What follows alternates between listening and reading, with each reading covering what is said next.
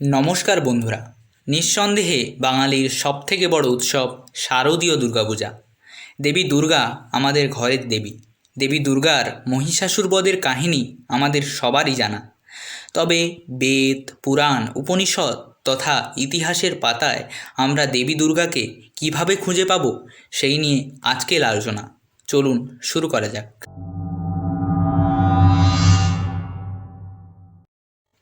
বেদে সরাসরি দেবী দুর্গার উল্লেখ পাওয়া যায় না, তবে তিনি কি সুপ্রাচীন দেবী নন? ঠিক সেটা নয়। দুর্গা সুপ্রাচীন হলেও অনার্য দেবী, তাই আর্যদের সাহিত্যে তার উল্লেখ নেই। দেবী দুর্গার সবথেকে প্রাচীন বর্ণন আমরা পাই কেনোপনিষদে উমা হৈমবতী রূপে, যেখানে দেবী দেবতাদের অহংকার চূর্ণ করার জন্য যক্ষের রূপ ধারণ করেন এবং পরে তিনি তার আসল রূপে এসে ইন্দ্রকে ব্রহ্মজ্ঞান প্রদান করেন। দেবী দুর্গার মহিষাসুর বধের কাহিনী নিহিত রয়েছে মার্কেন্ডীয় পুরাণে। অসুররাজ মহিষাসুর ব্রহ্মার বর পেয়ে প্রায় অমর। তার নিধন সম্ভব কেবল মাতৃশক্তির দ্বারা। এই সময় দেবতারা তাদের সম্মিলিত তেজের দ্বারা জন্ম দিলেন দেবী মহিষাসুরমর্দিনীর। মহিষাসুরকে বধ করে অশুভ শক্তির ওপর শুভ শক্তির জয়কে নিশ্চিত করলেন দুর্গা। আবার কৃত্তিবাস ওঝার রামায়ণে আমরা পাই অকাল বোধনের কাহিনী।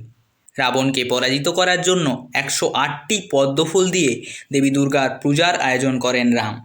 দেবী দুর্গা একটি ফুল অদৃশ্য করে দিলে রাম তার চোখ উবড়ে দিতে চান। তখন দেবী দুর্গা আবির্ভূত হয়ে রামকে তার বরপুত্র রূপে গ্রহণ করেন। কালিকা পুরাণে আমরা দেবীকে ভদ্রকালী রূপে খুঁজে পাই। ব্রহ্ম বৈবর্ত পুরাণে কৃষ্ণকে দেবীর প্রথম উপাসক, ব্রহ্মাকে দেবীর দ্বিতীয় উপাসক, শিবকে দেবীর তৃতীয় উপাসক ও ইন্দ্রকে দেবীর চতুর্থ উপাসক বলা হয়েছে। সেখানে আমরা দেবীর নারায়ণী স্বরূপের উল্লেখ পাই। দেবী ভাগবত পুরাণে বলা আছে যে দেবী দুর্গ নামক অসুরকে পরাজিত করে দুর্গা নামে পরিচিত হন। শ্রী শ্রী চণ্ডী গ্রন্থে মধুকৈটভের উপাখ্যানটি বর্ণিত রয়েছে, যেখানে বিষ্ণুর সঙ্গে মধুকৈটভের যুদ্ধে দেবী মহামায়া রূপ নিয়ে অসুরদ্বয়কে মোহিত করেন, ফলে বিষ্ণু তাদের বধ করতে পারেন। দেবী মাহাত্ম্যে রয়েছে শুম্ভ নিশুম্ভের কাহিনী, যেখানে দেবী কৌশিকী রূপ নিয়ে বধ করলেন শুম্ভ নিশুম্ভকে। আধুনিক কৃষি সভ্যতার বিকাশের সঙ্গে দুর্গাকে আমরা কখনো শাকম্ভরী, কখনো মহালক্ষ্মী, আবার কখনো অন্নপূর্ণা রূপে খুঁজে পাই। পুরাণে দেবী দুর্গা হলেন আদ্যাশক্তি ও পরম ব্রহ্মের এক রুদ্ররূপ, যিনি মহিষাসুরকে নিধন করে স্বর্গ ও মর্তে শান্তি ফিরিয়ে আনেন।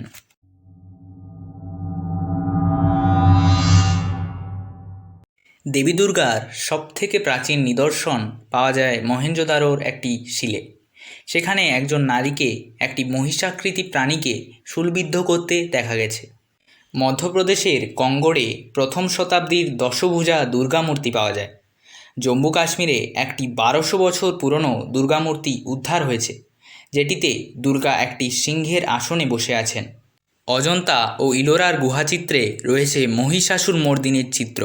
শুধুমাত্র উত্তর ভারতে নয়, দক্ষিণ ভারতেও দেবী দুর্গার বহু প্রত্নতাত্ত্বিক নিদর্শন পাওয়া গেছে। তামিলনাড়ুর মহাবলীপুরমে একটি সপ্তম শতাব্দীর প্রস্তর ভাস্কর্য রয়েছে। এতে দেবী মহিষাসুরকে বধ করছেন এমন দৃশ্যটি অত্যন্ত দক্ষতার সঙ্গে ফুটিয়ে তোলা হয়েছে।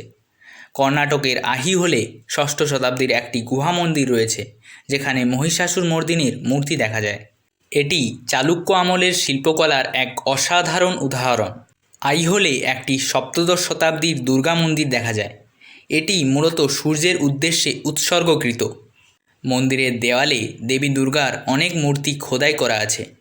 উত্তর 24 পরগনার চন্দ্রকেতুগড়ের প্রাচীন একটি স্থানে খনন কার্য চালানোর সময় শুঙ্গ, কুষাণ ও গুপ্ত যুগের নানা টেরাকোটার নিদর্শন পাওয়া যায়। তার মধ্যে কিছু দেবী মূর্তি রয়েছে যা প্রাচীন মাতৃ আরাধনার প্রমাণ। পশ্চিম বর্ধমানের গড়জঙ্গল অঞ্চলে ইছাই ঘোষের দেউলে প্রাচীন দুর্গাপূজা প্রচলিত ছিল। এই স্থানে পূজিত অষ্টধাতুর দুর্গামূর্তির কথা ধর্মমঙ্গল কাব্যেও উল্লেখিত আছে। এই প্রত্নতাত্ত্বিক নিদর্শনগুলি থেকে বোঝা যায় যে বাংলা তথা ভারতে দুর্গাপূজা ও শক্তি সাধনার এক সুদীর্ঘ ঐতিহ্য রয়েছে। এই নিদর্শনগুলি শুধু ধর্মীয় তাৎপর্য নয়, বরং ভারতীয় সাংস্কৃতিক ঐতিহ্যের দলিল হিসেবে কাজ করে।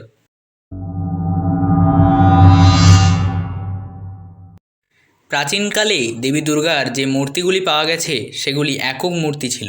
এই মূর্তিগুলিতে দেবীকে মহিষাসুর মর্দিনী রূপে দেখানো হয়েছে, যেখানে তিনি একাই মহিষাসুরকে বধ করছেন। পাল ও সেন যুগে এসে দুর্গা প্রতিমার শৈলীতে এক নতুন ধারা দেখা যায়। এই সময়ের মূর্তিগুলিতে দেবী দুর্গাকে দশভুজা রূপে দেখানো হয়, যেখানে তিনি বিভিন্ন অস্ত্র ধারণ করে আছেন। সপ্তদশ শতক নাগাদ একচালা প্রতিমার ধারণাটি জনপ্রিয় হয়ে ওঠে। একচালা প্রতিমার কাঠামোতে মাঝখানে দেবী দুর্গা এবং তার দুপাশে লক্ষ্মী, সরস্বতী, কার্তিক ও গণেশকে স্থাপন করা হয়। বাঙালির শ্রেষ্ঠ উৎসব দুর্গাপূজা। এটি শুধুমাত্র একটি ধর্মীয় উৎসব নয়, বাঙালি জাতির সংস্কৃতি, শিল্প ও ঐতিহ্যের প্রাণ। প্রত্যেক বাঙালি অপেক্ষা করে বছরের এই 4টি দিনের জন্যে। মা দুর্গা তো আমাদের ঘরের দেবী। প্রত্যেককে দুর্গাপূজার অশেষ শুভেচ্ছা রইল। ধন্যবাদ।